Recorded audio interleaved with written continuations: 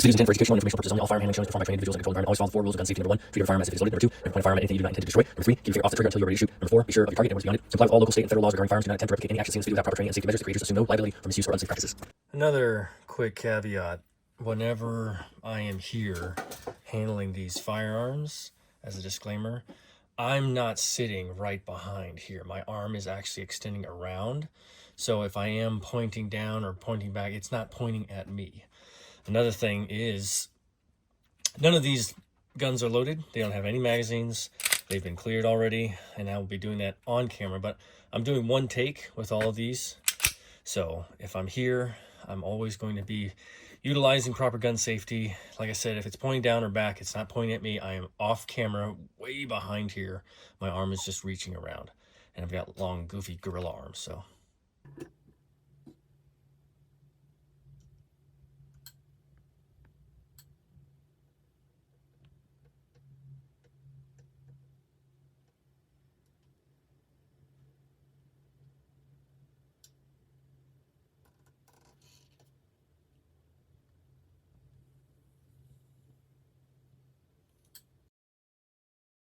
So these are my first shots, very first shots to the Shadow Systems CR920XP.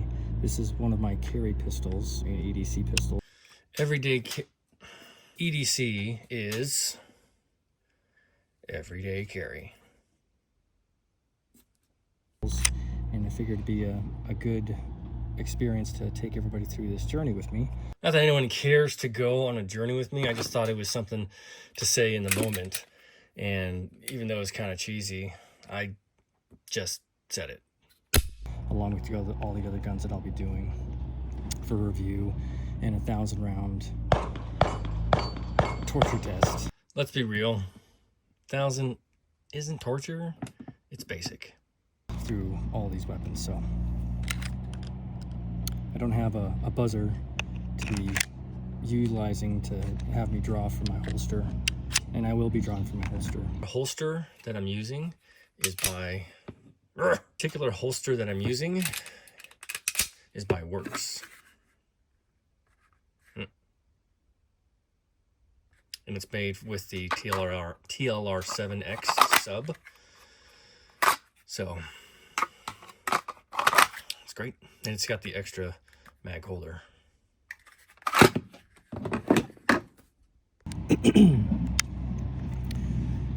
But I'll just be doing 10 rounds each magazine, 50 rounds total. I'm sorry, 100 rounds total. And from there I'll give my impressions.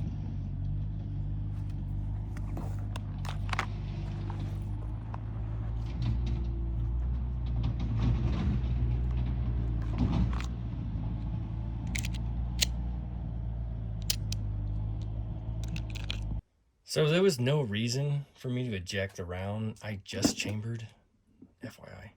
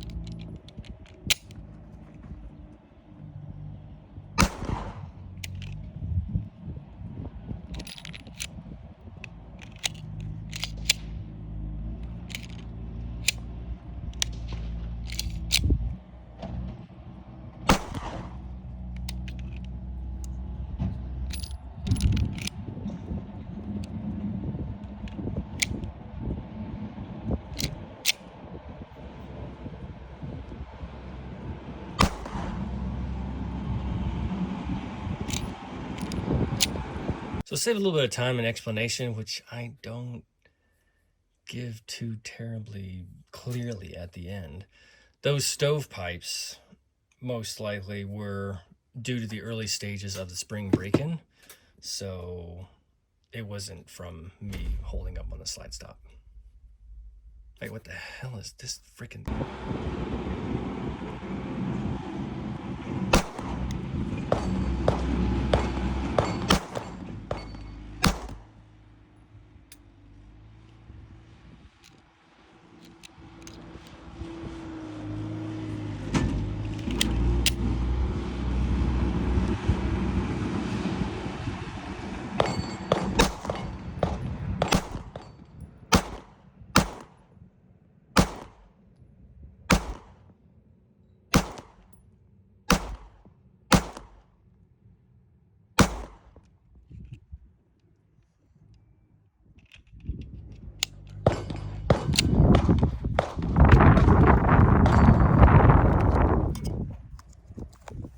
So what I was doing wrong was I think I had my hand on the slide. I was holding it back, as well as probably pushing up on the slide stop. Rule of thumb is don't hold the gun too tightly with that death grip, or else you're not going to get a slide lockback. Another thing is that some guns, they have their slide stop right where you would rest your hand normally, so you kind of have to position it in a different way where your thumb is almost resting on the side, not touching that slide stop. So those first 5-6 rounds were just a failure to eject. No. It was just a spring.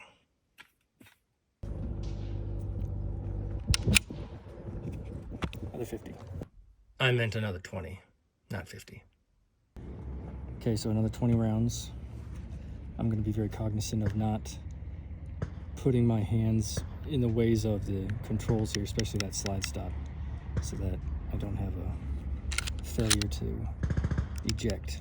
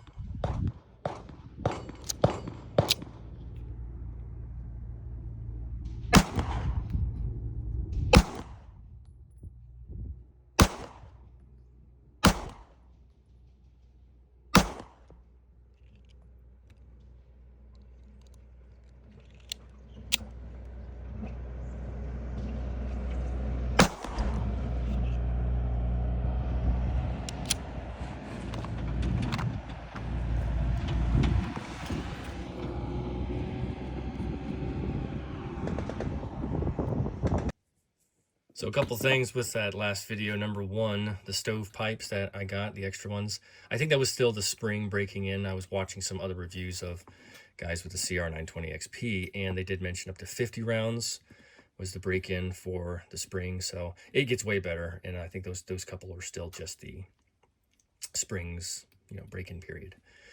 Then next, number two, is my grip. My grip was changed over the years, and what I'm doing is I'm having my index finger over the trigger guard, which the TLR is blocking, so much better. So the trigger guard has this, some of the guns, they have these textures here that you can place your index finger on. Now, a lot of people don't do it. They hold the gun, and I've held the gun like this for many years. Centuries, not that long. But I started to hold the gun with my index finger up on the trigger guard, And I did this because there were some competition shooters that did this, and then also Pew View, he also holds his gun like a rifle up high on even the actual, you know, grip itself, frame. And I wanted to do something just to give more confidence and to grip a little bit more on the gun, which obviously you can see each time I shoot, my index finger repositions. That wears off over time. I promise I'm not always shooting like that, and I do get better, and I have been getting better, and I will get better with gripping the gun that way. It just gives me more confidence. I think it does, and I do like holding it with the index finger down below, but I've been trying it, and I will try it with a lot of my weapons, firearms I should say, with my index finger on the trigger guard. So also, number 3, last one, when I load, I want to show all the loading, and I didn't show it this time. I even shot just one magazine, which was kind of weird. I don't know why I only did one magazine, so I apologize for that, and I think I do better. This next couple video or shots that I take, I am reloading, so.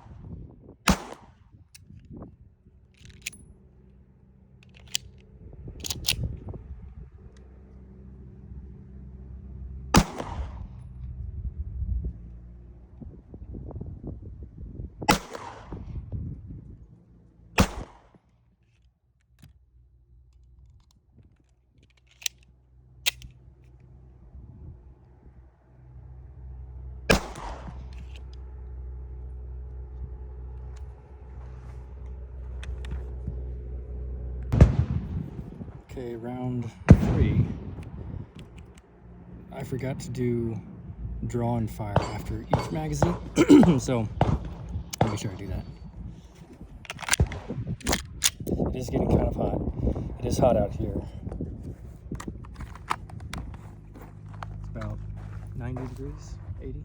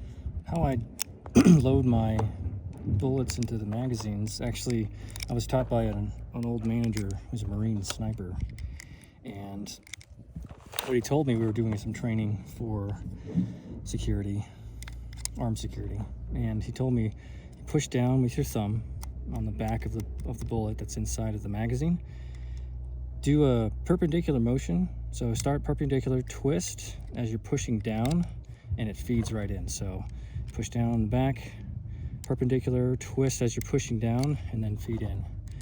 And I found this to be just super, super useful. So I'll show it here, makes it easier to see.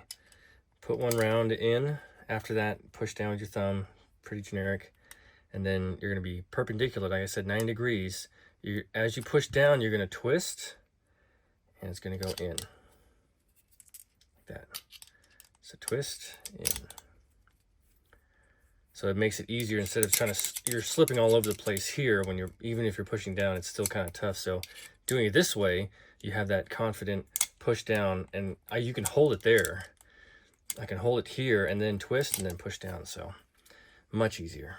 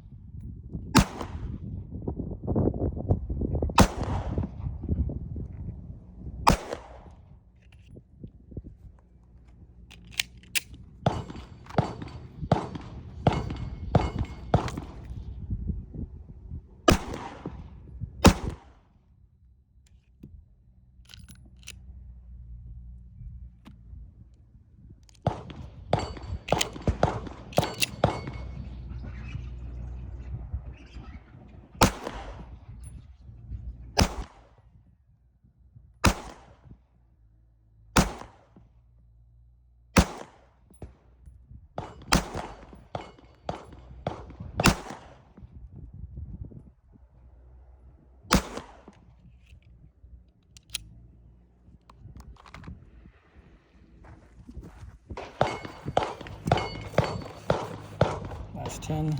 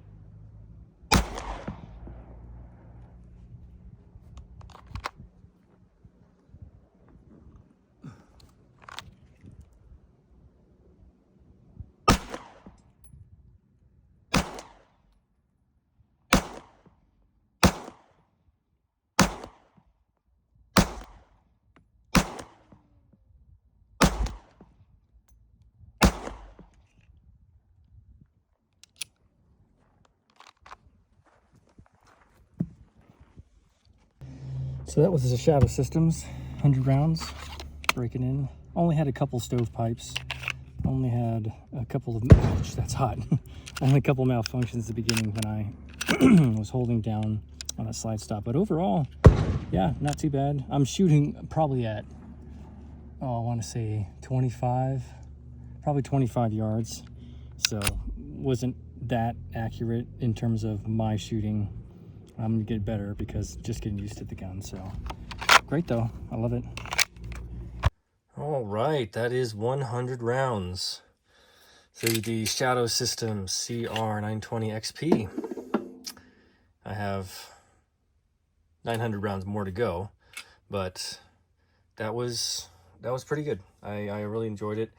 Aside from a couple of stovepipes, the three main takeaways is getting used to the gun with those stovepipes. Number one, the grip.